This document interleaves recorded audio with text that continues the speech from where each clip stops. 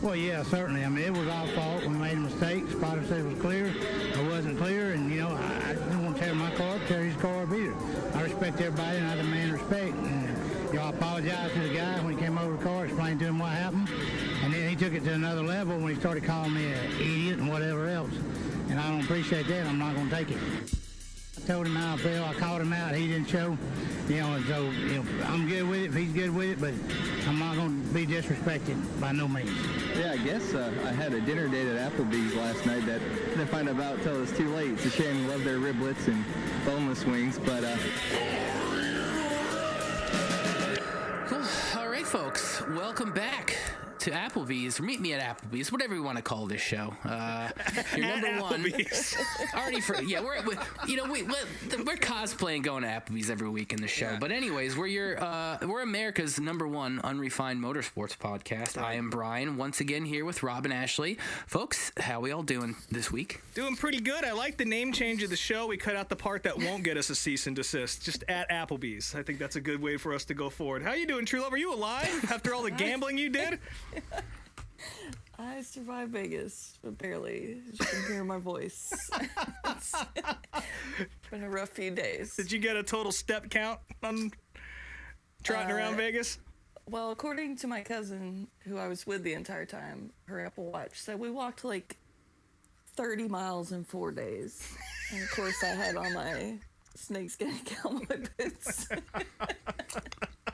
There's gotta be somebody out there that's making like a boot style sneaker or something. Ariat, just dude. Who? What? I don't know how to say the name of the brand. Ariat.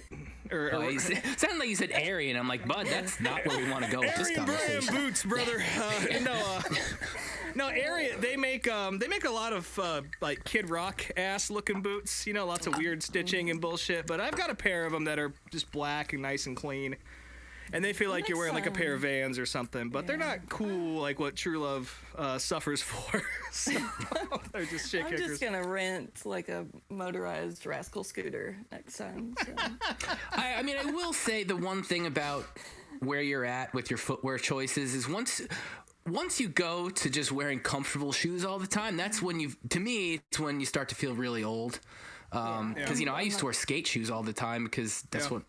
Part of my fashion, I guess, but those things are not good for just walking around, especially at races or like flea markets and stuff. You can't wear those all day. And the boots thing is like, I don't know how you fucking do it. I mean, I've seen you do it, but I don't know how. Yeah. I just don't know any other way. In defense I'm not ready to cave yet. Yeah, in defense of boots, though, once you really break a pair in after a few years and it's just been you wearing them and it forms to your feet, yeah, it is nice, but yeah, having that little heel on there, fuck, God, that's terrible. Well, aside from walking all over every inch of Vegas, there was some racing going on last weekend that Ashley did check out a little bit of, but I don't think you said you weren't there Friday, were you? I wasn't there Friday or Saturday, so I didn't even watch either one of those races. So I cannot contribute. I can contribute other stories, but I didn't watch those races. No. Yeah. I mean, it was fine. I had stuff going on too Friday night, so I missed the very beginning of it. But it was another solid truck race. It was a solid Vegas race. Nothing really too crazy or out of the ordinary happened, but I mean, it was really cool to see Raja get his first win after, even though he finished well at Daytona, that was a rough look for him, but did great last week. And back, I mean, he earned that sponsorship with Hendrick through the full season, and that's clearly going to pay off because I can't imagine this will be his only win of the season. I mean, Spire is already off to the races with their trucks program this year. Is that a Hendrick crew on his car too, or is that at Spire guys? I have no idea. It's definitely a Cup team, I would assume. I don't know. I don't know enough about what's going on over there. I mean, obviously that's all old Kyle Busch stuff that they have there, but I don't know what's going on with Shout out to that pit crew. The one thing I do know about that race is that they definitely set him up for success, and they pitched him, and Raja knocked it out of the park. So congrats to him. Yep. Definitely cool to see that dude on top of his car yelling and screaming and shit. He seems like a cool dude. I know he's got kind of a reputation for being a little rough on the track, but he seems like a nice guy. So He's still a kid. He's still got a lot of learning. He's to in do. high school. I didn't fucking know that. What? Isn't he 18 or some shit like that? He's. I think he's in college. He's like 20 or 21. He I thought can't he was be in high school. I thought he was like 18. Someone was talking about him like missing class or some shit. I was like, what the fuck? But Well, yeah. no, he talked about that in the post-race interview Yeah, or okay, the press conference afterwards. But See, yeah, I mean, I didn't go to college, so I don't know what that is. So I just forgot. Life ends at 18, and you move into being an adult. So. I guess the unfortunate part of Raja's win is hopefully something that'll end sooner than later. But the comments on some of those tweets and posts and stuff are obviously not what you want to see. Not just necessarily saying bad things about Raja because of the color of his skin, but people just bringing up Bubba and the fact that there's still so many NASCAR fans out there that don't understand that, like, yeah, it is still a big deal that he's only the third black guy to win a race in NASCAR. And this is something that I said on some Facebook post or something, but Brian's going to war out there in the comments section. So it would be nice. It would be nice to not have to bring this stuff up. Yeah. You know, again, everybody races. Everybody wants to win. You know, color, race, or color, sex, whatever. But the thing is, when your first black driver wins his race and gets it taken away, and that was only 60 years ago, not that and long ago. it took 50 more years for another guy to win a race. That's why it's still got to be talked about, and it's going to be a while. And again, hopefully the sport continues to grow and change, and we continue to diversify the sport because it's a good thing. You want everybody to be involved, and it still sucks. Roger kind of alluded to this in his interview because he got asked the question. I think it was Matt Weaver who asked him how he felt about that, and he kind of seemed to he said it was cool, but he definitely wants to be remembered as just being Roger Carruth, the race car driver. And I think that, him winning this race is certainly a step in that direction where we don't have to talk about this anymore. You know? I mean, I would hope anyway. Bubba admittedly, I mean, he did kind of take up that mantle when he made his way to the Cup Series. So he did. How cool is that video of Bubba watching him win the race? Though that was neat. Yeah. It was great. I mean, again, it's all good moments for the sport, and I hope it only continues. And yeah, this kid, I'd be shocked at this point if he's not contending in the top 5 of the points at the end of the year. But we'll see what happens. It's obviously still too early for that, but he's going to win again. For sure. He's got the setup underneath him, so as long as he can keep it going in the right direction and not hit the fence too often and not piss people off too much, he's got a great shot. So for sure. And the best way to stay ahead in the points in the trucks is to stay out of the midfield. Seriously, stay away from those motherfuckers. Jesus. Yeah, I think if he does that, he'll do okay. But in saying that, the rest of the weekend's races, while not necessarily bad races, produced pretty standard results. John Hunter Nemechek got a win. Not really a surprise there. You almost forget that he's a Cup driver now.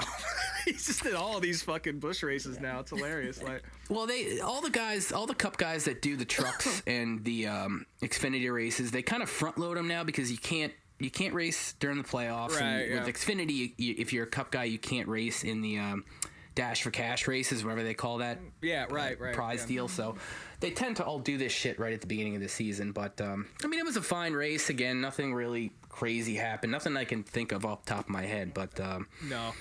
Truelove, when did you get to Vegas? You got there on Friday night, right? Friday. Yeah. So I'm super bummed that I missed Roger win his first race. But Friday we went down to Fremont Street, walked up and down for a while, and then went to the Neon Museum, and then you we did. were so exhausted we just went home. Went to the hotel. I've never been to that place, but I hear it's really cool. Our steel player in These Wild Plains, Tyler, he was a tour guide there for many moons. Oh, what? No shit. He was always telling me, like, yeah, that's the place you want to go when you're in Vegas to see some of the old shit still alive. Yeah, it was cool, but by the time we got there, we were just so fucking tired, and it was like the last thing we did, so I couldn't enjoy it as much as I wanted to because I was just exhausted. So. Yeah. But it was very cool. That I would recommend. Did you walk to Vegas from Georgia or what? Well, I had to get up at like 2 a.m. that morning to go catch our flight. Hell yeah. Yeah. Ugh. so before we get to Sunday, though, you did run into a bunch of people on the strip and whatnot. So let's talk about that. I mean, what you can remember at least. NASCAR After Dark. Well, I remember most of it. So Saturday, was going to be like a cousin's day. So it was just me and my cousin Destiny and my brother Cody doing our thing. So we were just going to start on one end of the strip and just work our way all the way down. As you do. But yeah, at the very beginning when we were still in our hotel, we were getting coffee. And Destiny went to the bar and got a mimosa, I think. And there was this little old man sitting next to her, and he saw my Richard Petty jacket, and he asked me if I was going to the race tomorrow, and I said, yeah. So we kind of got into a conversation. I noticed he was wearing a Chili Bowl shirt, Nice. and I asked him if he was going, and he said he wasn't because he's like 80 or 81. He couldn't remember. And he has to It use a doesn't matter at walker that now, point, but- I guess.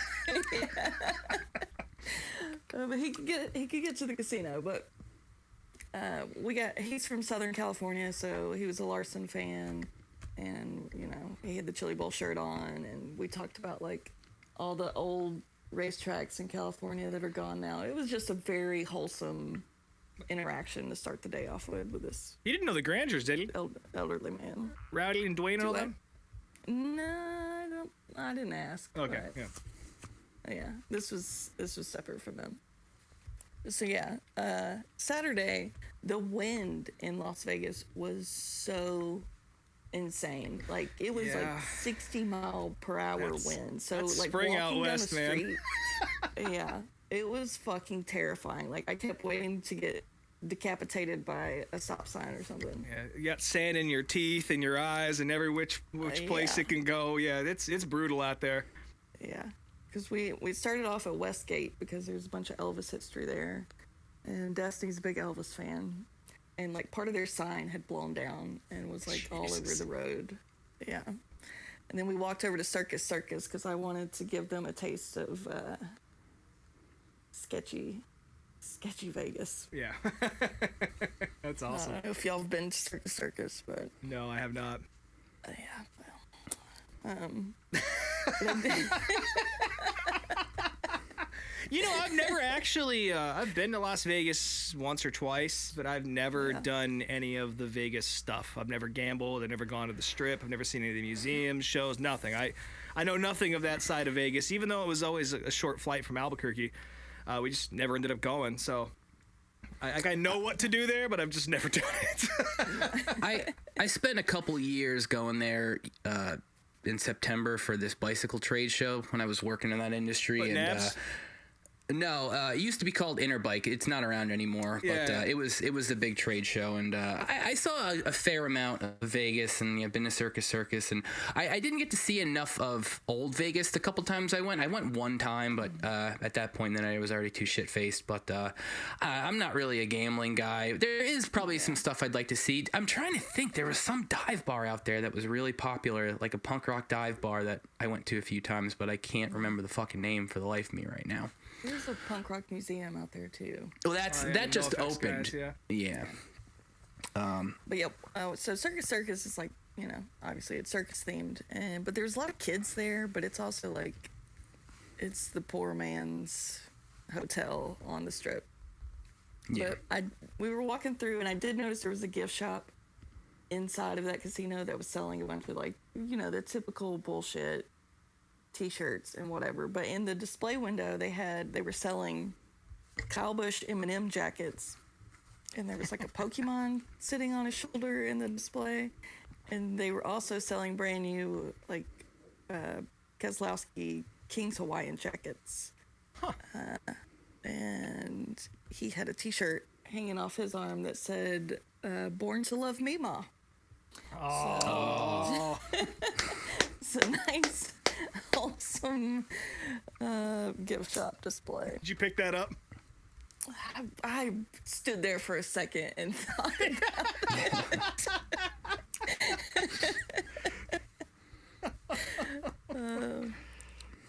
But yeah, so after that, we went down to the Venetian and walked around. That was kind of bullshit, like touristy, whatever. But that's when we like started, those cups that they walk around with. They're like really plastic, really tall, long, full of frozen Yep. alcohol. Yeah, so that's how we got things started. Yeah. Picking As up you a couple do. of those. Yeah. So at that point, so Rowdy, who Rob met at the Chili Bowl, and who I met last year at North Wilkesboro, they were in town from California for the whole race weekend.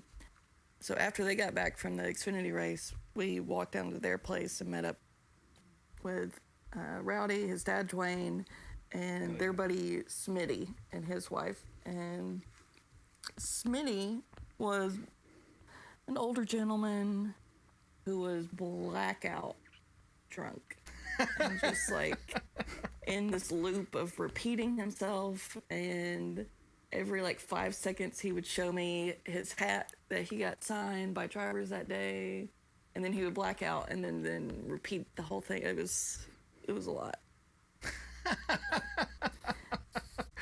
But it was good to see Dwayne. His dad is Dwayne's awesome. That family, I think we mentioned this on the show during the Chili Bowl, but they used to do like Baja 1000 truck racing and all that. So a lot of cool stories out of them. Yeah, that's awesome. You got to see them. Yeah. So Rowdy came out with us on this trip, and we walked down to Caesar's Palace to meet up with my buddy Eric from Canada that I met last week at Atlanta, and his girlfriend Vic.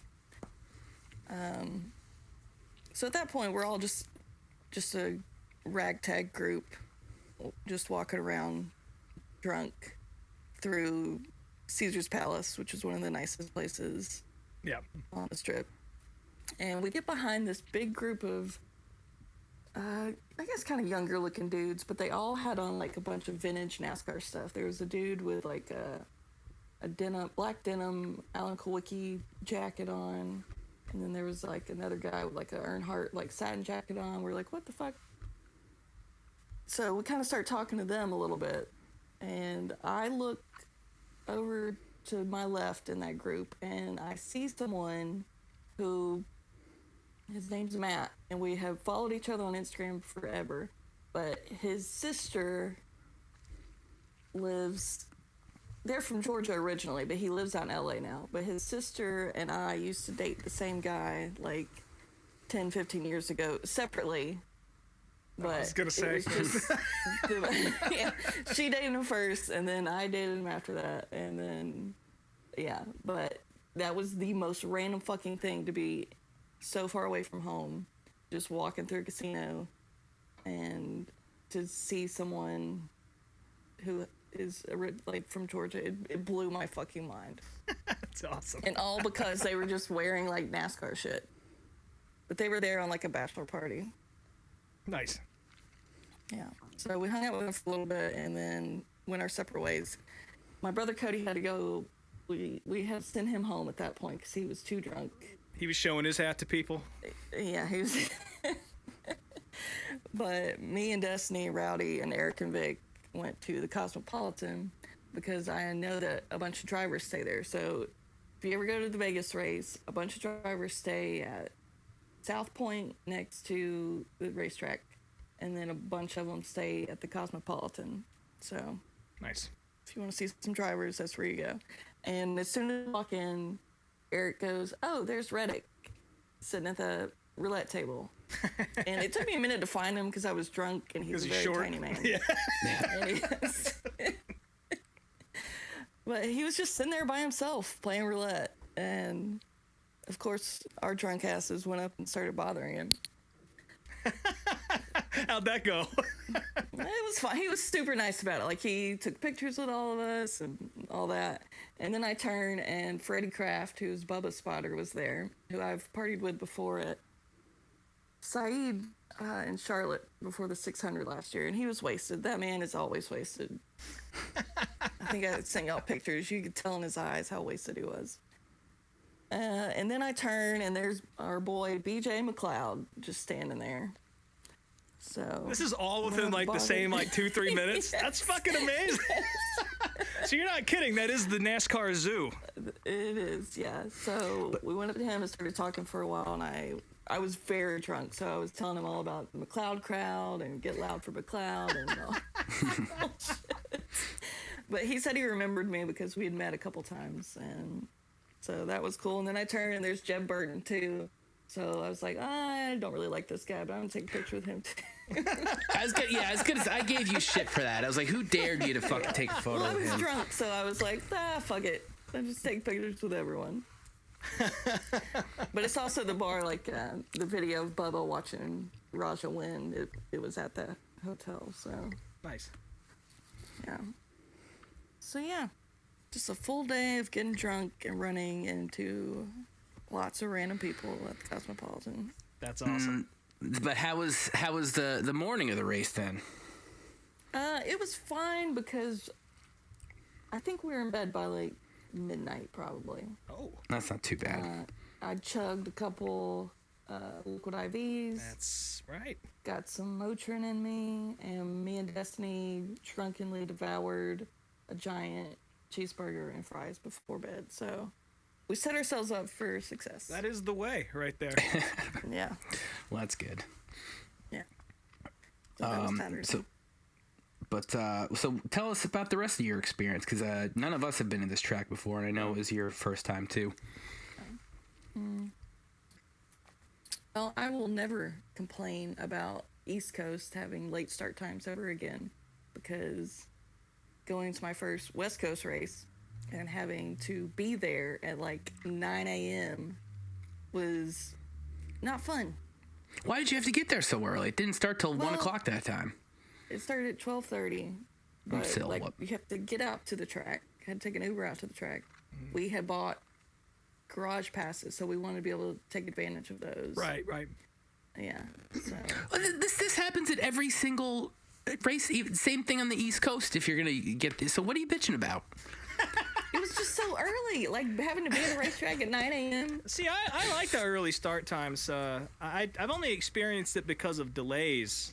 Like at Loudon this past year, they ran the race at noon out here. And that was fucking awesome to just roll out of bed and, slime my way on over to the stands. And granted, Yeah, I've been there all weekend, so I didn't have the urgency to get to the track as early as possible after a night of drinking, because there's no way I would have been able to do all that shit. Right. But yeah, I don't mind a nice early start time. It's old school, I like when I have Darlington passes. Like Saturday's great because I get there right when Cup practice starts, and you're there the whole fucking day, and you can see everything, and everybody's there, and not rushing around as much as they are on Sundays. It's okay. So you're there early in the garage. So fucking early, and it's windy again. It's so fucking windy. And so at first we just kind of walked around the merch haulers. Destiny decided that she's a Chastain fan, so Good choice. Yeah. So she went and bought a $200 Busch Light jacket, Fuck yeah, she did. and he was signing autographs, but you had to get there early, get a wristband. The wristbands were gone. And she was like, there's no fucking way I just bought this $200 jacket and he's not going to sign it. So she just, when the lady wasn't looking, she just cut in the front of the line and got him to sign it. So, yeah. That midnight cheeseburger confidence. I love that. Yeah.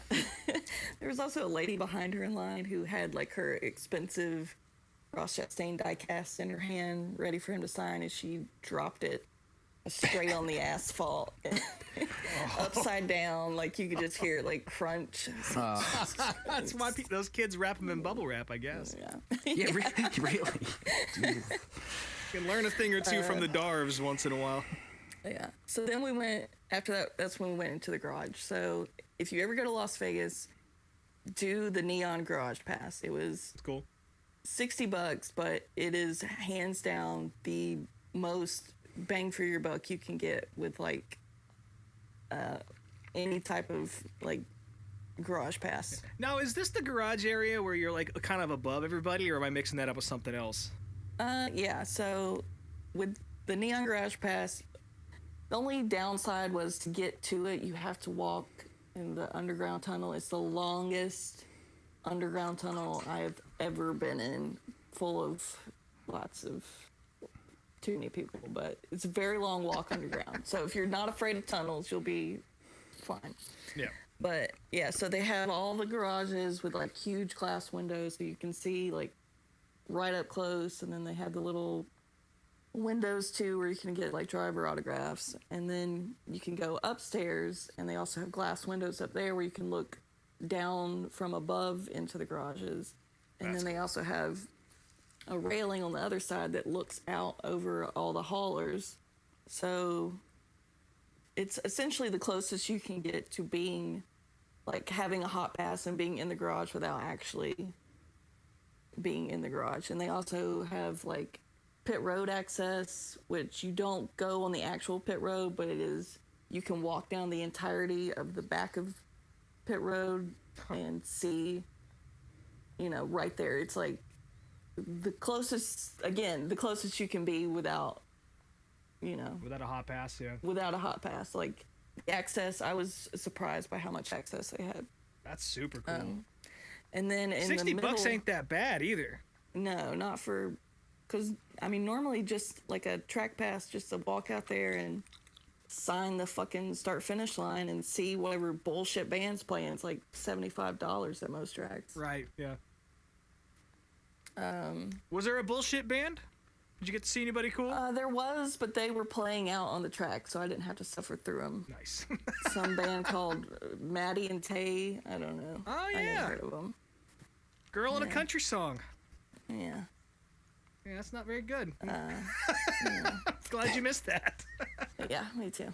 But out in the middle of the neon garage, they have this huge white tent full of chairs, and that's where they do the drivers' meeting. So you can stand there and watch the drivers' meeting, and it's the only track on the entire circuit that has like an open drivers' meeting to fans. So that was my first time seeing one of those too. So That's that cool. was interesting. Saw John Forrest. He was there hanging out at the drivers' meeting. Hell yeah. That's cool. Did he talk at all? No, I think he Invited or did- not invited? I think he did an appearance out in the fan zone earlier, but we were already in the garage. But he definitely got the biggest cheer when he was introduced at the drivers' meeting. That's killer. Yeah. And then they introduced like all the celebrities that they invite to do like the command and the pace car, but it was just a bunch of like football players I'd never heard of. Oh, nice. Yeah. Did you get introduced from your Fox? I should have, damn it. From your Fox exposure? Ashley, Yeah. Truelove! Yeah, so if you go to Vegas, get the Neon Garage Pass. Yeah. Yeah. But after that, we just went out to our seats. I mean, we decided just to get the cheapest seats because you can see the whole track from anywhere there. So Right. the only downside to getting the cheap seats was where we were sitting, there wasn't a replay screen, and we couldn't hear the announcer. So we were basically just sitting there blind. So that's why you were texting us asking why there was a red flag on the track, Yeah, because we didn't because I even know had for no a second. But yeah, that makes sense. Yeah. Yeah, all of a sudden all the cars were parked on the back stretch, and we were like, okay. They're going to bring Tim Duggar out for a mid-stage concert. Yeah, because where Busher had hit the wall, it was on the complete opposite side of where we were sitting, so, Oh, gotcha. yeah. So I gotta ask, as a guy who likes to drink beers at the racetrack, I know they don't allow you to bring your own alcohol into the track. Do they allow you to bring anything in? Or is that... You're not supposed to. I feel like I read that you can't bring any type of cooler in, but we did meet up with Rowdy and Dwayne and Smitty for a minute in the Neon Garage area, and Smitty had brought a cooler full of like waters and stuff, and then they had a false bottom in their cooler, and then they had snuck in some Coors Lights, I think. Perfect. Yeah. So, yeah. And my next question, of course, is how much are the beers there? Is it an expensive concession experience, or is it a little more reasonable? Like I bought a Budweiser. I feel like it's probably like $12, but it was one of those like huge, massive cans. Yeah. Yeah. So, yeah. Box standard. It Not seems bad for kinda Vegas. average. Yeah. Yeah. Cheaper than Formula One. Yeah. And one thing I did like about this track, so most tracks you go to, they have, you know, concession stands, but it's always like the same bullshit track food at all of them, and the lines are insane. Yeah. But at this one, they had a little area inside where they allowed a bunch of local food trucks to come in. So there was a ton more options. That's and cool. so the lines weren't that bad. So, yeah. That's sweet. Yeah, the only negative part for the whole day was the fucking wind was terrible. Like, seeing that track was so cool. Like, every race I've been to has been on the East Coast. So seeing like a NASCAR race in the middle of the fucking desert with gigantic mountains in the background was nuts. Was this you've been out west before? This wasn't your first time out west, period, right? No, I've been. I thought you'd been there before. Or Yeah. yeah. I mean, it's been a while, but yeah. But I've never been to a race out there. Yeah. But yeah, the wind was nonstop all day. Like, you had to physically hold on to your hat because I saw so many hats go over the railing out into the abyss. Well, So you had that to physically explains hold on the. to it the whole time. Well, William Byron got a trash bag with a beer can trash stuck bag, in his I saw grill. That, that trash bag blowing around out there for a while. I was like, yeah, someone's about to run over that. Yeah, you got a guess beer it was can really stuck big. in one of the inlets. So Yeah, it was terrible. Like, you had to like hold on to your food. Like, I was afraid that like French fries were gonna start blowing into the people sitting next to us. And after a while, like, it was just like constant wind. Like, even wearing sunglasses, like you were like squinting the whole time, and it was like hard to stay focused. Yeah. Like, the wind was miserable. It would have been the perfect day if it hadn't been for that. yeah. Because otherwise, Oh, the weather. you was mean it great. would have been a perfect day even with Kyle Larson dominating the race? I just Perfect meant like race day. conditions wise. Well, I know. Now we got to get into the actual race Good here, though. conditions, if you ask me. So yeah, it was. It was a Vegas race. Like, you know, obviously Kyle Larson wasn't really a shock to see him win. I mean, Hendrick was their third or fourth straight win in Vegas. So, you know, I wanted to see some Toyota action, and Reddick was the only one that was really consistently up front, and he made a great run at the very end. But unfortunately, you know, I don't know if it's the aero of the cars or what, but he just couldn't make that pass, and then lost it all on the last lap. But Well, it's still aero racing, so you know Larson had the best bite of anybody out there. He could get off a restart quicker than anybody else. Just had that little extra something and was able to work his way through. And then when he was up front, he could just pull away. And if you didn't have that, you're already kind of screwed. You know, you get stuck in traffic. So I feel like if William Byron hadn't guzzled a Coors Light on the front stretch or wherever he picked that thing up, he might have had something to say about it. But yeah, all the Toyotas looked pretty good. I mean, Truex was up in the mix too. A lot of really vicious and furious racing happening behind all that. But yeah, and Reddick almost had him, man. yeah, it was close. I mean, it was for everybody that was so excited about the finish the week before. I'm sure there were some that were let down. I mean, I know for a fact my buddy Ed was one of the guys who texted me. That race was kind of boring. I was like, well, No, it was not. A, it wasn't, and B, this is kind of what actual races are like, for better or for worse. So if you thought that was bad, then you don't want to see some of the other ones. Yeah, That just don't wait. watch Richmond. Wait, You know? Pocono. Yeah, I know Pocono's okay. Pocono's okay. good now. Yeah, it is good now. Richmond though is going to suck. So Well, we get don't bored know there. just yet. We're gonna find out probably next week in Phoenix, but I guess we'll talk about that coming up here. Yeah, later.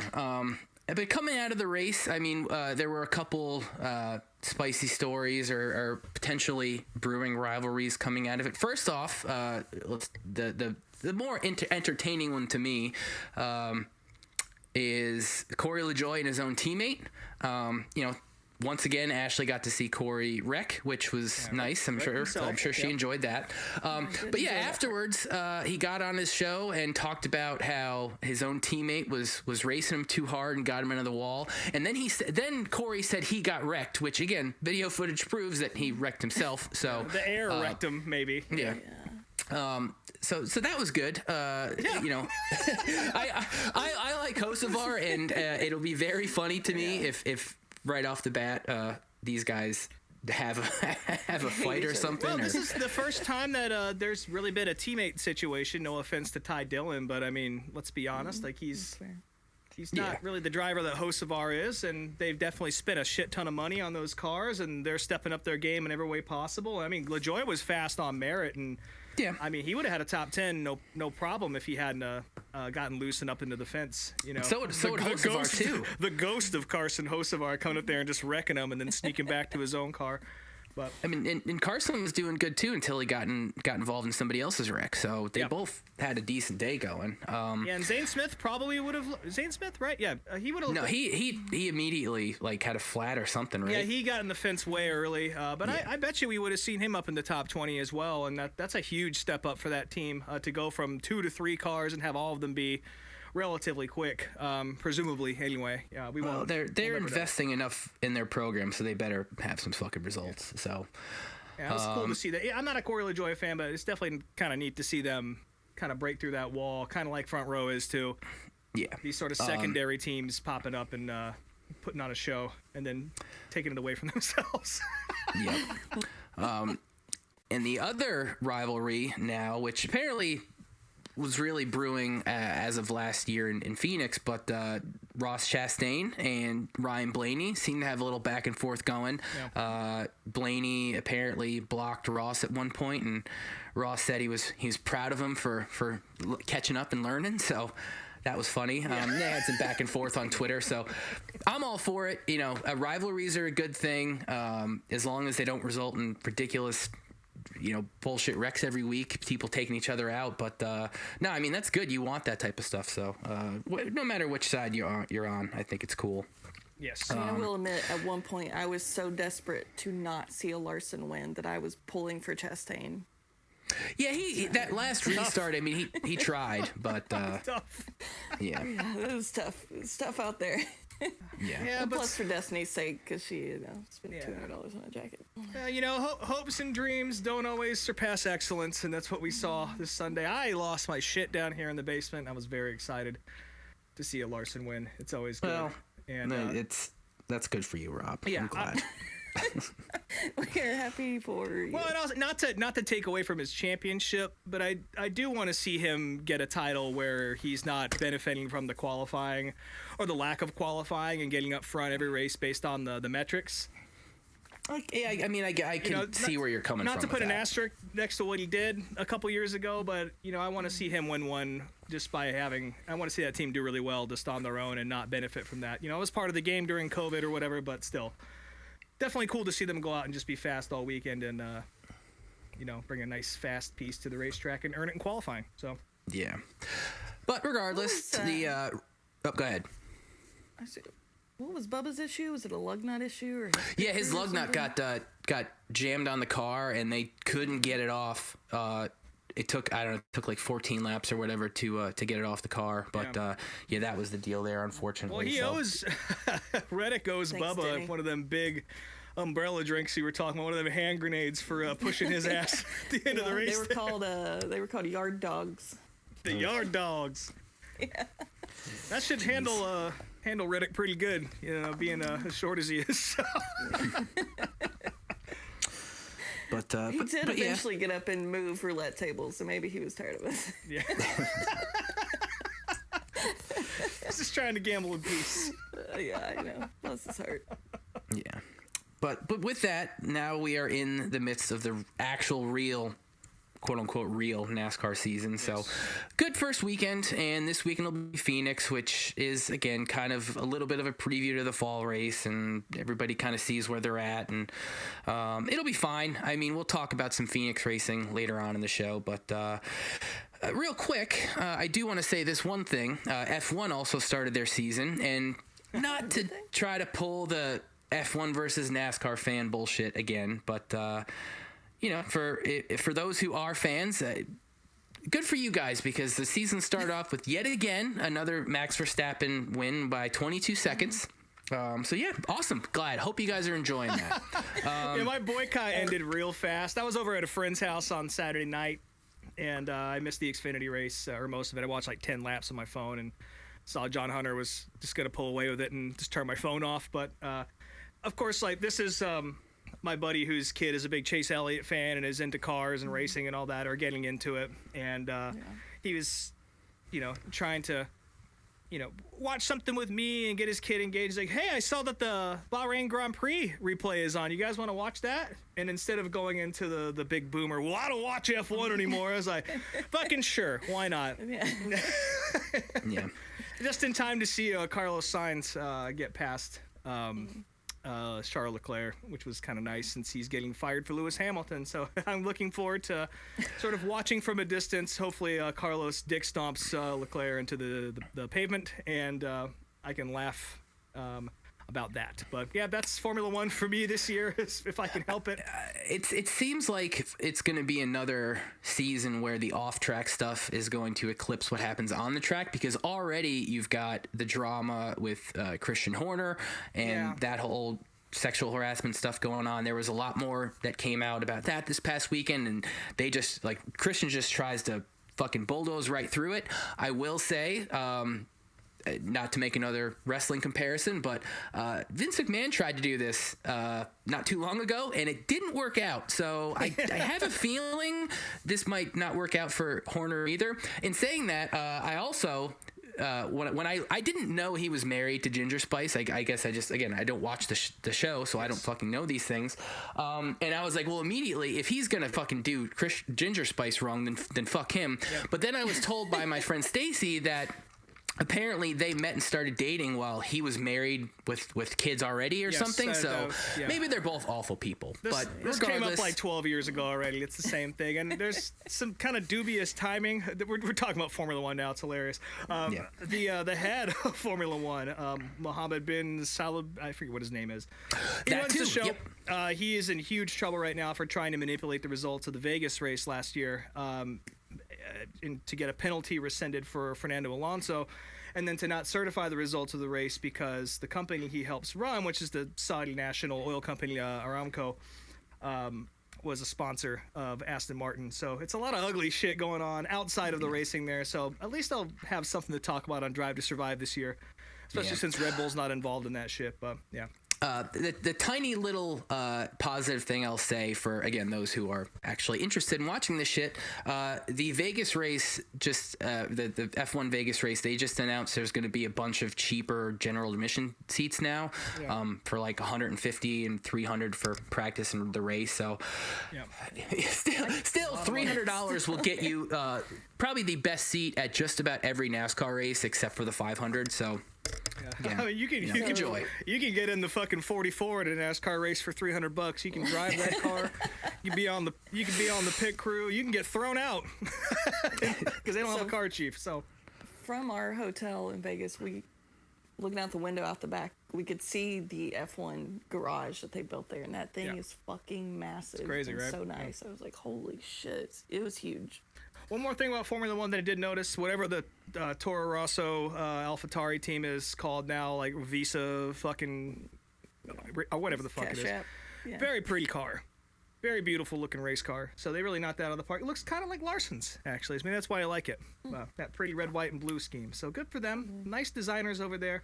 These cars are very pretty to look at, and it is a spectacle. But yeah, I don't really, unless it's forced upon me, I don't plan on tuning in and waking up at weird hours to watch it. So no.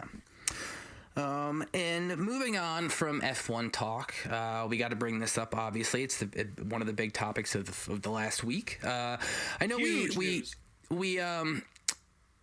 we kind of guessed as to what Dale Jr. was going to be doing next year, and I did bring up the fact that I could see him going to Amazon with a shorter schedule, say if he decides to finally open a Cup team. Well, that is coming true, not because of the Cup team part, but yes, Dale Jr. is going over to Amazon and also TNT. He's going to be doing both those races. I don't know what the total, but I mean, it's more than just the 5. I think it's like 9 or 10 in total. Yeah, so still a good third of the season almost, but still not enough. Still not enough, yeah. But this also means he won't be on TV this year, which is a huge loss for NBC. Yeah, what a bummer, man. Yeah. And there were some theories floated out there as far as, well, they want Junior to be in the Charlotte booth, and he insists on being at the track, and they were pissed at him for looking at the actual racetrack as opposed to the monitors.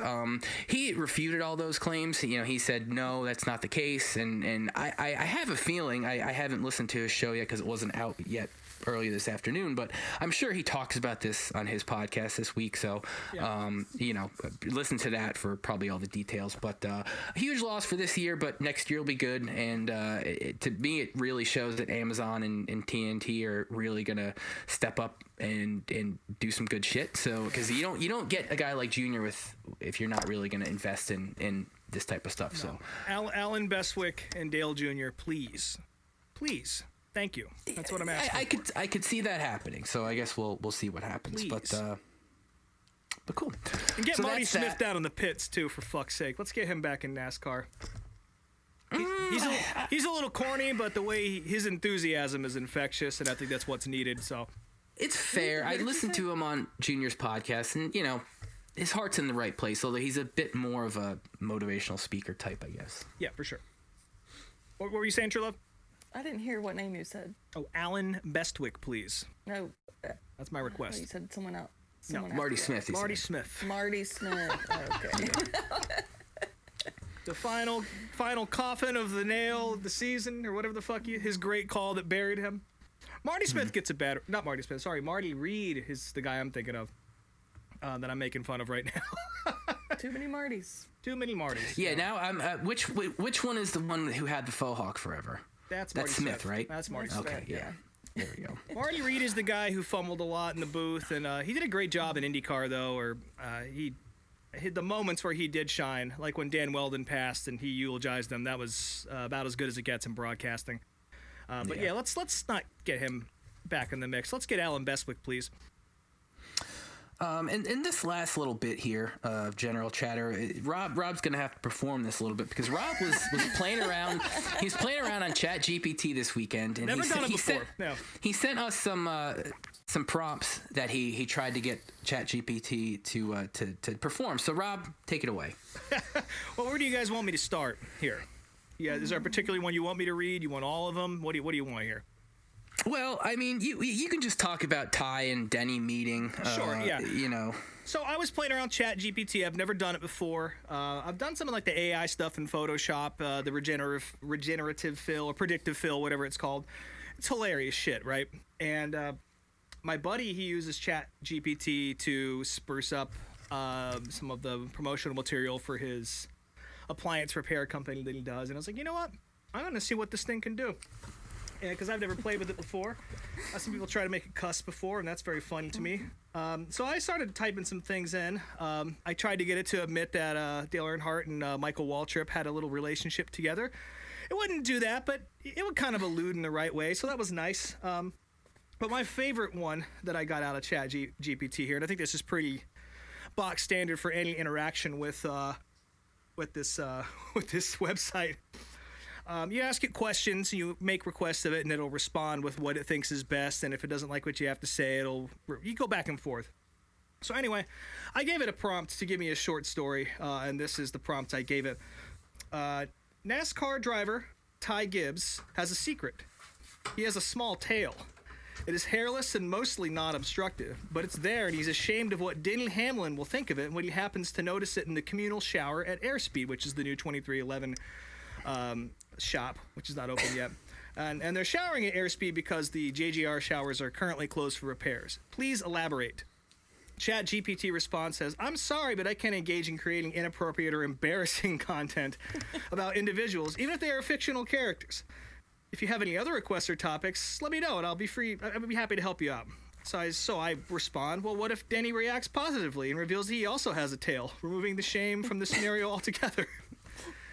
ChatGPT loved this. That's a more positive and inclusive approach. In this scenario, when Ty Gibbs nervously anticipates Denny Hamlin's reaction to his small tail in the communal shower at Airspeed, he's surprised and relieved when Denny reacts with understanding and acceptance. Rather than judgment or ridicule, Denny reveals that he too has a similar trait. Doesn't elaborate on what that trait is, which is hilarious to me.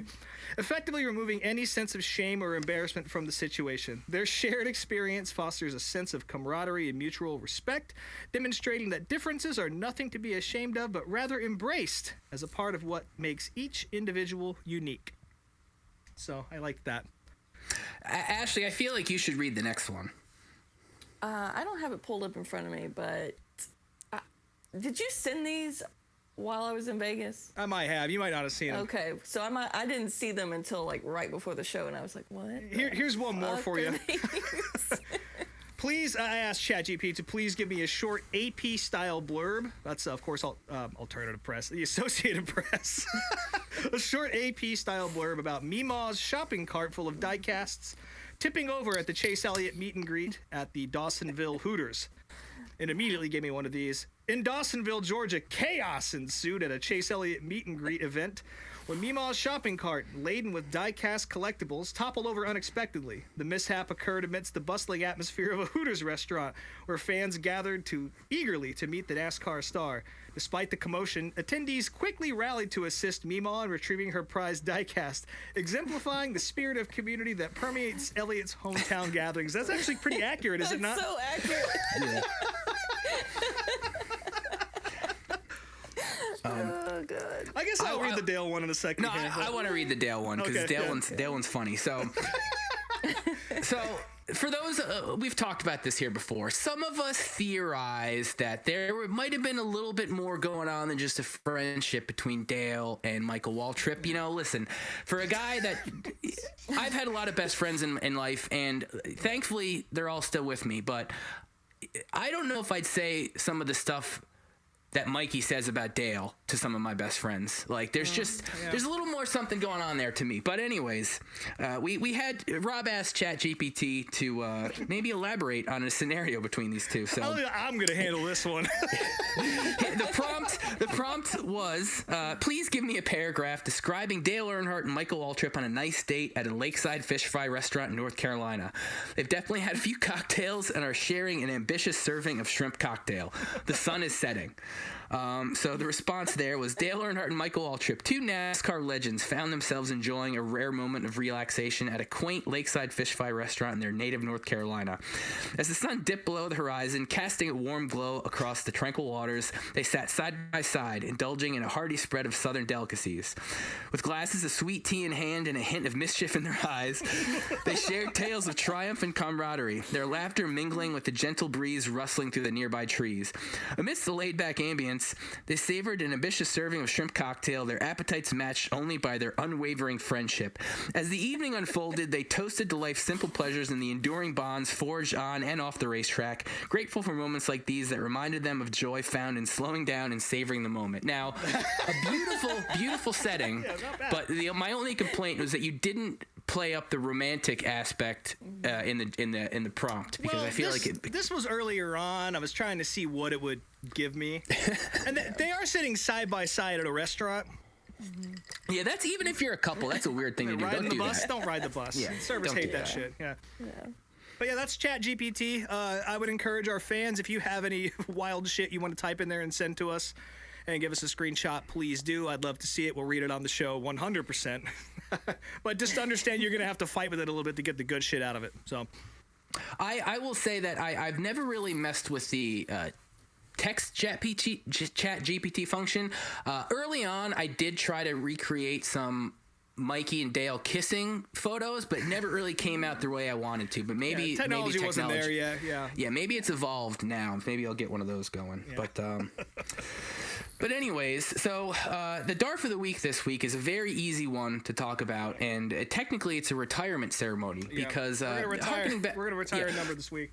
Back to our early discussion in the show about Raja Karuth and racism and all that good stuff. We've talked about her on the show before, but there was a female fan on Twitter with the handle of Ultimate23Dragon who has accused many different drivers of racist things, including Raja. She's had multiple calls to get him suspended and banned from NASCAR for, I think it was, he replied to some tweet of hers with one of those, mocking white guy with sunglasses gifs like that, or photos, like, just that type of bullshit opinion that you see from those types of people. And that was racism to her, and that meant he should be banned from NASCAR. So Friday night, everybody was excited to see how she would react after Raja's win. She'd already been kind of in the shit leading up to this race too. Of course, all the meltdown from Daytona and all that, and Atlanta has, there was definitely she was already at war on Twitter. Yes. And She, actually, I saved the DARF of the week was going to be this tweet from her saying, Denny Hamlin is racist against Asian people. This is the scorecard, by the way. Denny Hamlin's racist against Asian people. Kyle Larson is racist against both black people and white people. Okay. Bubba Wallace and Raja Karuth are both racist against white people. None of them have been banned. So if that's your main concern, the answer is you should not. And that was in response to somebody prior to that. But that was just so good. That was going to be the DARF of the week, pretty much no matter what happened. And But, then, According to her, everyone is racist except for Johnny Benson. Yes, which is hopefully not true, or hopefully, actually, hopefully true. I should say. Excuse my words. I love Johnny. Johnny, please don't be racist. I love you. But, anyways, we were all excited to see how she'd be reacting on Twitter and Instagram and all that. But wouldn't you know it, she deleted all of her accounts. That's such a shame. You know, such a shame. So yes, goodbye, Ultimate 23 Dragon. I'm sure you'll pop back up with some other stupid screen name at some point. After this is all blown over, but maybe not if Raja keeps winning. So we'll see. We're gonna retire the number 23 here. We're gonna hang it from the rafters in Applebee's. Maybe she'll come back as Ultimate 45 Dragon because that's what Michael Jordan did. But yeah, the 23 is retired. It's over. And thank you for the laughs. We appreciate it. I hope you get the help that you need because it seems like you might need to see a therapist or, I mean, Facebook went down for a couple hours today before we recorded. So maybe that was enough time to go out and touch the grass and, breathe in some air and, I don't know. We also finally got to see what she looks like and what she sounds like, and that was a whole journey on its own. So. Yeah. So at the end of the day, I wouldn't say I feel bad for her, but I'm definitely a little concerned. So yeah, take this time off from the internet to maybe get some help and just at the very least. And this has been my my sentence for any time she's been DARF of the week or any DARF of the week for that matter. Just go outside for a second and enjoy the air on this planet before it's unbreathable, and think about what you've done. But yeah, and maybe research what racism is. Perhaps, yeah. Buy an encyclopedia. So yeah, I'm hoisting that flag up to the rafters right now, and thank you for the laughs and the good times, and hopefully we'll see you again on the court out there again at some point. And with that, Rob, what was going on in the septic tank this week? There's a good amount of short track racing. Again, I didn't have a chance to watch a lot of it, so this is going to go pretty quickly. Bubba Pollard, of course, getting a big announcement from Dale Jr. Of course, Junior Motorsports was hinting at an announcement that everyone was going to be really excited about for the 88 car for a one-off this year. And everyone was talking about Carl Edwards and shit, and we had a little discussion. It was probably the longest discussion of the week between the three of us of who it might be. And I don't think any of us had Bubba Pollard on the bingo card, and sure enough, it was him. So we're going to see him drive the 88 out there this year at least once, so that's fucking awesome. Bubba, of course, a legendary late model racer on the pavement side of things out here on the East Coast and in the South. So, and I think a lot of people have been wanting to see this for a while. He's a legend, so I'm excited to see Bubba out there. And, that's how Josh Berry got his shot. I don't know if, a cup ride's going to come out for Bubba Pollard anytime soon like it did for Josh Berry, or if he even wants to do that. But it's always cool to see somebody from this side of the fence get out into the NASCAR world and sort of shine a light on what's happening in short track America. So kudos to Bubba there. That's exciting. And if you're like me and aren't incredibly familiar with him, he looks just like his name sounds. Yeah, he is a Bubba and a half. Yeah. Yes, he is. Also, over the weekend, Kyle Campbell got a big cars win at Southern National. Also, Carson Lofton winning the Smart Modified Tour race. He passed Matt Hirschman, which doesn't happen very often. And he managed to hold off Burt Myers and Ryan Newman. Those are, of course, names we all know. So congrats to him getting his first big win in a modified there. I would say the most notable thing that happened was actually on Monday night. Donnie Schatz picked up his 500th win in a 410 sprint car, which is fucking nuts. It's also like I think it was his 312th win in outlaw competition at Volusia at the Bike Week Classic. Really short car count there. A lot of people freaking out on the internet that there was only 19 cars there for this race, and kind of, obviously there's been a big split in the sprint car world between High Limit and World of Outlaws. But let's be honest, like last year they only drew 23 cars to that race. I think most people are just taking a break. I'm not saying we're not going to see slim car counts like that coming up in the future, especially when we get towards the middle of the season when there's competing weekends and all that. But really, the only difference between this year and last was that the Casey Kane cars weren't there. So that was pretty much it. Still a good show, and it was really awesome to see Donnie Schatz get a win and a big 500th win. And he gave a nice little speech at the end of that, saying that it's not really about all the wins. He doesn't even think about the numbers. He's just happy about all the friends and experiences he's had, and he's got a lot more in the tank. And I tend to believe him. So that was really cool to see. And I'm glad to see also Jacob Allen not get creamed with a tire blowing up and hitting the fence and kind of bouncing back down on the racetrack. Fortunately, there was only 17 cars in the A-main, so that probably helped him not get completely clobbered. But if there's one benefit of short car counts, I suppose it's that.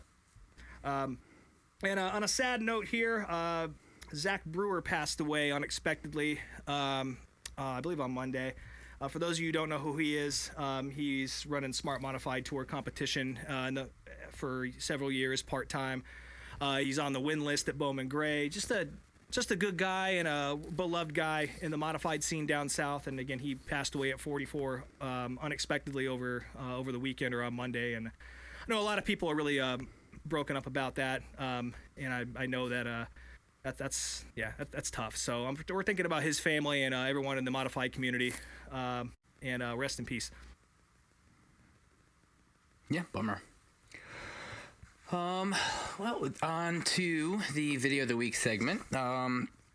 So we're going to be in Phoenix this weekend, so I wanted to pick a race from Phoenix. And real quick, too, I forgot to talk about this in the news segment, but I'm looking at Twitter here, and it's reminding me. So Denny Hamlin is going to run a red 11 car this weekend, sponsored by Brakes Plus.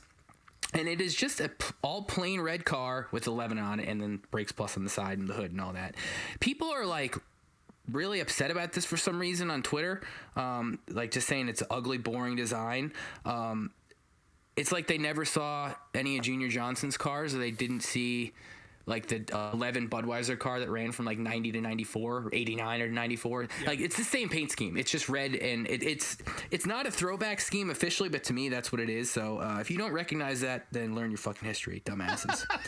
Also, like we're gonna talk like the Sport Clips car looks like anything. Like, come on, yeah, fuck out of here. Anyways, so I wanted to pick something Phoenix involved, and we watch enough NASCAR related stuff, and we're going to continue to watch NASCAR related stuff. So knowing the history of the Copper World Classic at Phoenix, which unfortunately isn't run anymore, I chose a nice little half-hour video from the 94 race in the modified division, or super modified division rather.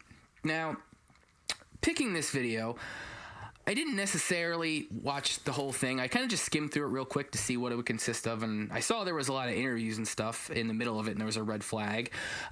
If you guys hated the truck race in Daytona for as much of a shit show as it was, you probably fucking despise this video, because in a 30-minute video, there was 5 to 6 minutes tops of racing, and not just because there was all these other interviews and stuff going on, it was because like the race itself was just such a goddamn mess that they couldn't keep it running. They had Ralph Sheheen working overtime to get that piece put together.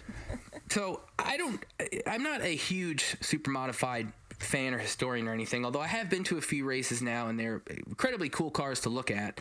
But from my understanding is a lot of these races happen on shorter tracks. Like I know they race here in Ohio at a couple like 3/8 and half-mile tracks, and Thompson. What's Thompson like? Thompson's half. A little over half a mile. A little over half. Yeah. So I mean, they do race on some bigger tracks, but I would say Phoenix being, what is it, 1.25 miles or whatever, probably one of the bigger tracks they race on, and these cars just do not work on this track at all. Starting off the video, so this was on TNN as part of the American Sports Cavalcade, which was kind of just a random motorsports show that ran way back in the day, and you'd see monster trucks and mud bogs and short track races and all sorts of random shit on this. Yep. So they were covering some of the action this weekend. And it's cut off at the beginning as far as the intro and stuff, but right off the bat, we're introduced to somebody named Rebel Jackson, which that's another one of those just amazing racing names that you see from time to time. And then the announcer, and his name has escaped me at this point, but he's announcing these drivers from Washington, and he keeps pronouncing the state as Washington, which is very much like a Northeast, East Coast awful accent that my mom says "warsh" like that. Yep. So that made me laugh. Every single one of these drivers has like the same haircut and mustache, maybe with a little bit of a mullet to it, but they all look the same. Now, again, if you're unfamiliar with the cars themselves, these are incredibly lightweight.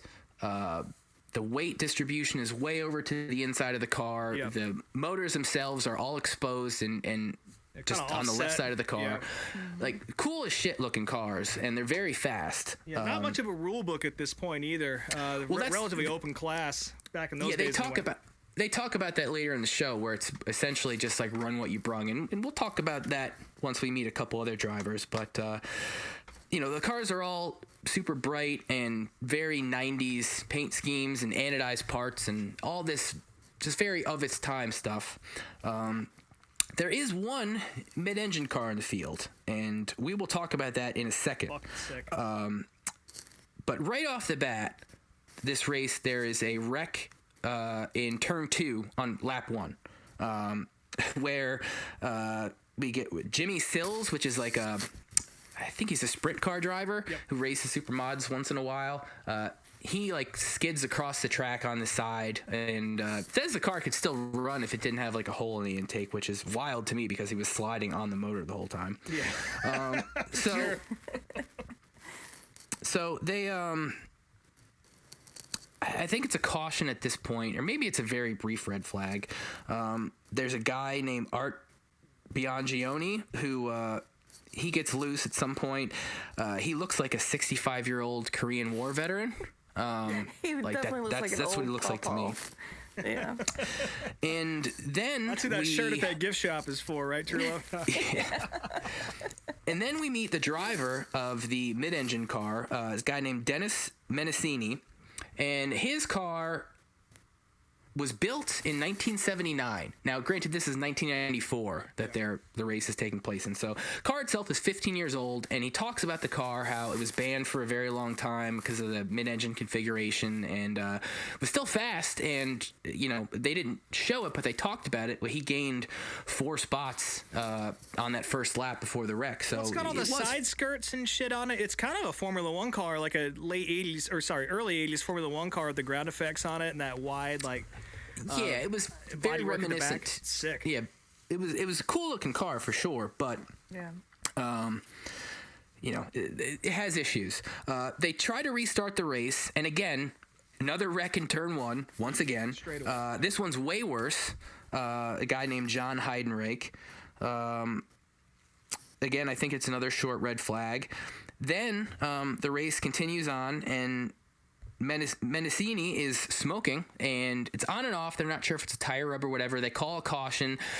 He is blowing oil all over the track, and he doesn't notice because the engine is behind him and not in front of him, and he also doesn't notice the black flag he's getting. So they have to red flag. They have to red flag the race again at this point because there's so much fucking oil on the track. And from there, we see a shot of one of the officials like just berating the fuck out of this guy in his car like a child, like a real child. Like, how did you not see the flag? Like, it's part of being a driver. You can't see the flags, you can't race. It's like just insane that they actually showed this on TV. Poor guy's getting browbeaten so bad. Didn't have much else to show. Yeah. Shoot his ass out. So after all this shit goes on, USAC decides to cut 10 laps off the race. Yeah. So it goes from 25 laps to 15. Just a classic bad short track race. Mm-hmm. This is like a beer line race. You spend the whole time in line getting more beers because it takes an hour to finish up, and the tower's pit. It's hilarious. But again, if you didn't, like Brian said, if you did not like some of the things you've seen in the truck series, then you probably turned this off by now. Yeah. He gets out of the car, and Brock Yates, who's a longtime journalist in motorsports, he's doing the pit reporting, and he just states to Brock, the fat lady has sung, Brock, stating his day is over. Davey Hamilton is the guy who leads pretty much the whole race, and he wins the race. Davey was a super modified racer. I I forget exactly where he's from, but he was trying to get into Indy cars at this time. He'd attempted a handful of 500 starts, didn't make any. He ended up later starting, and he had a little bit of success in IRL. Yeah. Didn't win any races, but finished second in the points once or twice. He was handy. He was good. Yeah. He ended up getting almost partially paralyzed, or temporarily paralyzed in an Indy 500 wreck, and later on returning and starting again in 2011. So he's the only driver that probably anybody has heard of in this race. Yeah, his dad was in the race too, which is pretty cool. That's cool. Yeah, I'm way more familiar with the Midwest and East Coast super modified world, and this was definitely very West Coast heavy. Obviously, the location probably had something to do with that. So, the Hamiltons were the only ones I was really super familiar with out there. And the cars even look a little bit different because the super modifieds out here, the wings more positioned in the center. Mm-hmm. These looked a little bit more like Oswego modifieds, with the wings kind of on the back, like positioned towards the rear of the car. Very strange, but yeah. And they talk about that at the beginning of the video as well, how there's different rule sets and different ideas of what a super modified is around the country, and they were working to kind of get that together so all of them could race together at these events, which to the best of my knowledge has never happened. So I'm still working on it. The only other thing to talk about from this red flag is, once again, we run into Rebel Jackson, and he gets interviewed, and he is just so tired of this shit. He is ready for this race to be over. He just wants to get back in the car and get it over with. They get back on the field. Brock states, as the race starts back up again, everybody was tightened up, and hopefully they'll won't be as loose. Because that's one thing that the drivers say at the beginning of the race, is if these cars get loose, they are undrivable, and that's why everybody's wrecking, because they're just so fast, so lightweight. I mean, they said they were getting up to 180 miles an hour on the straightaways and those things, and I guess they're the second fastest car, or second fastest class of car to ever run at Phoenix, behind the Indy cars. Yes, so Brock's jinxed the field, and once again, there's another wreck, a guy named Randy Bauer, and because these cars run on alcohol, it looks like there's potentially a fire. For those who don't know, alcohol burns so hot that you can't see the flames. Yep. So that's kind of the fear as you see him kind of scramble to get out of the car, but apparently he was okay, had some smoke inhalation, but no burns or anything like that. But it's kind of a scary thing to watch, because like he gets unbuckled and then he can't get out, and then all of a sudden they come over and just spray him all with hoses and fire extinguishers and whatnot. Not something you really see all that often, especially like in the IndyCar world anymore, and you don't see it on television all that much. But back in the day, that was a pretty regular, no less. It was always terrifying when it happened, but yeah, you don't see that as much anymore. Yeah, those flames, they burn completely. You cannot see them, and it is fucking scary. Yep. But then after that, they finally get the last 5 or 6 laps done, and Davey Hamilton had like a couple second lead, so that wrapped it up. Definitely a weird shit show. Was not expecting it to be this crazy, but at least it made it an entertaining watch and not just a 25 lap breeze like some of these races go. So super weird video of the week. Yeah, they don't always put on the best show. They tend to, especially at the bigger tracks, like you said, they kind of get single file. Once they get going anyway, everyone kind of, gets in a straight line, and they kind of freight train it. But if you ever have a chance to go see them in person, I can't recommend it enough. They are fucking insane to watch, and it's some of the fastest cars you're ever going to see in your life. So, do it. Any thoughts from you on this one, Truelove? No, not really. I think we covered it. I mean, visually they were cool to see, because they're such an interesting looking car, and like all the graphics and colors on them were great. And I do enjoy experiencing the characters as they interview them. Yeah. Yeah. So for that, it was a worthy watch. And no disrespect to any West Coast people who might be listening to this who knows more about this. Again, like I don't think any of us have any real knowledge about West Coast super modifieds. Again, my knowledge is all out here, and that's minimal at best. Usually, I'm just excited they're on the card at Thompson or something like that. But yeah, no disrespect. And Davey Hamilton was good. That's all we can take away from this.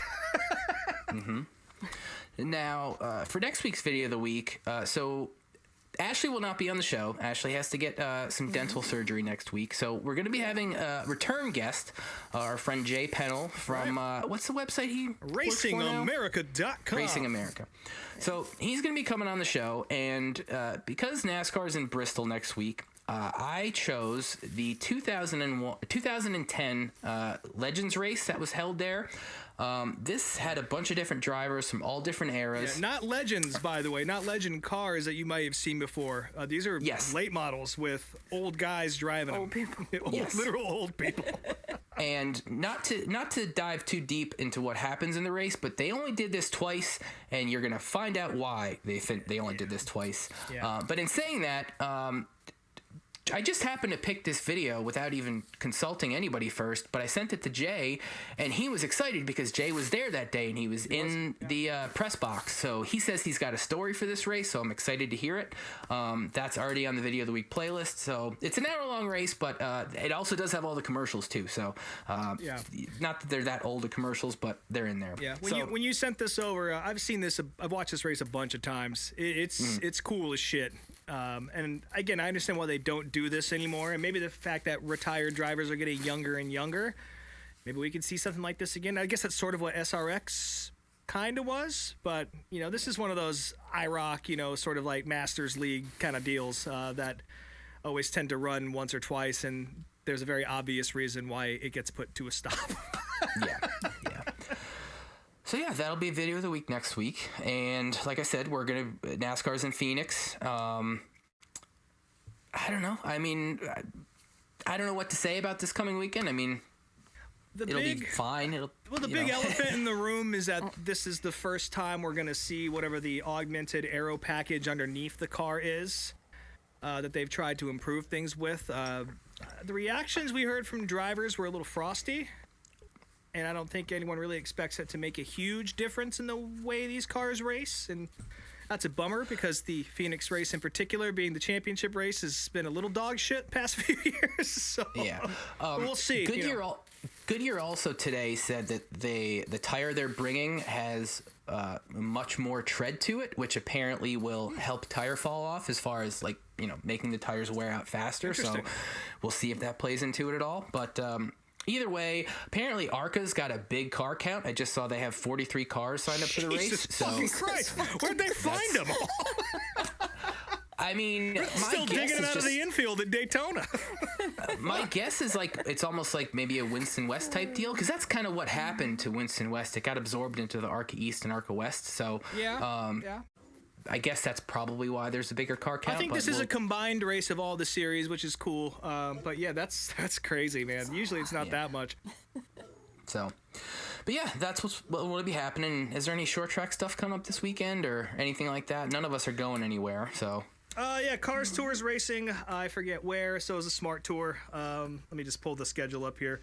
Yeah, I know. Also, World of Outlaws are going to be running at Kennewaw, so that'll be fun. And then they're going to Cotton Bowl next week too. I think we might be recording when that's happening, so I'll have something on the screen while we're talking. But the local dirt tracks are starting to announce their opening dates and whatnot, and I think Attica's first one is April 6th, which I may go to, although I kind of have some stuff going on that weekend, so I don't know. I got to see when Sharon and Fremont are opening up too, because we still got a few weeks. We've had a weird week of weather here in Ohio. It's been 70 the last 2 days, but it's supposed to be like 40s and rainy, so we're not quite in spring yet here. No. Oh, Port Royal is opening too. That's always cool on one of the legendary 410 racetracks out here in Pennsylvania.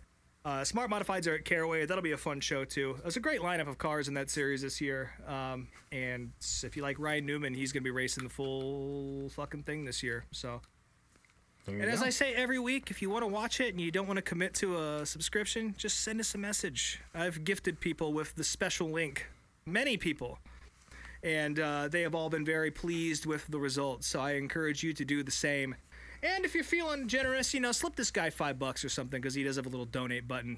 But yeah, if you want the link, ask us and we'll happily send it to you. I've had some really cool conversations about short track racing with people based on this, and even a couple folks saying that this has kind of gotten them back into getting back into the racing in their local area, which is kind of the point. So yeah. So cool. So yeah, I guess that's going to wrap up the show this week. As always, you can follow us at Meet Me at Applebee's on Instagram and Meet Me at the Bees on Twitter. I am Speedway Screens on all the things, and my shop is speedwaytsj.etsy.com. Truelove. Still Snake Mountain Truelove _ in there somewhere. Sure, I'll share some Vegas stuff Somewhere in there. sometime this week because I definitely was too busy to share much over the weekend. You took some blurry photos? Yeah, probably so. I haven't looked back at them. Nice. Bummed I won't be here next week, but I really appreciate Jay stepping in to be a guest host. Yeah, he's, again, risking his career to come on this show for some fucking reason, so. More balls than I have, that's for sure. Rob Motes _ unofficial on Instagram. My band's called These Wild Plains. That tour with Charlie Marie is coming right up, starting on March 16th in Philly at Baby's First Rodeo at Ortlieb's. That's going to be really, really fun. And then we'll be playing at the Galactic Theater on the 17th in Warren, Rhode Island. I'll talk about the rest of the dates later, but those are the two big ones. Again, thanks to everyone who came out to the Stomping Ground last week. It was fun to talk about music and racing with people. I don't think anyone came from the show, from this show, that is, to talk about it, but I always get into some fun conversations there. And thanks for coming out. We always appreciate the support, but I'm looking forward to seeing everybody out on the road next weekend. Yeah. Well, real quick, speaking of music, I know I got a lot of friends out here, and Truelove, you do too. I just want to, I know a lot of people are really torn up about Britt Turner from Blackberry Smoke passing. Hate to see that. One of the nicest guys in the industry. I never got to meet him, but I got a lot of friends that are really close, and I know you do too, Truelove. So we're just thinking about everybody right now and his family, and just give their new record a spin today if you can, and have a drink, and appreciate all the good folks out there that are still playing rock and roll that aren't douchebags. There you go. I appreciate you saying that. And with that, it looks like our check is here. So thank you again for joining us at Applebee's, and we will talk to you next week. Yay!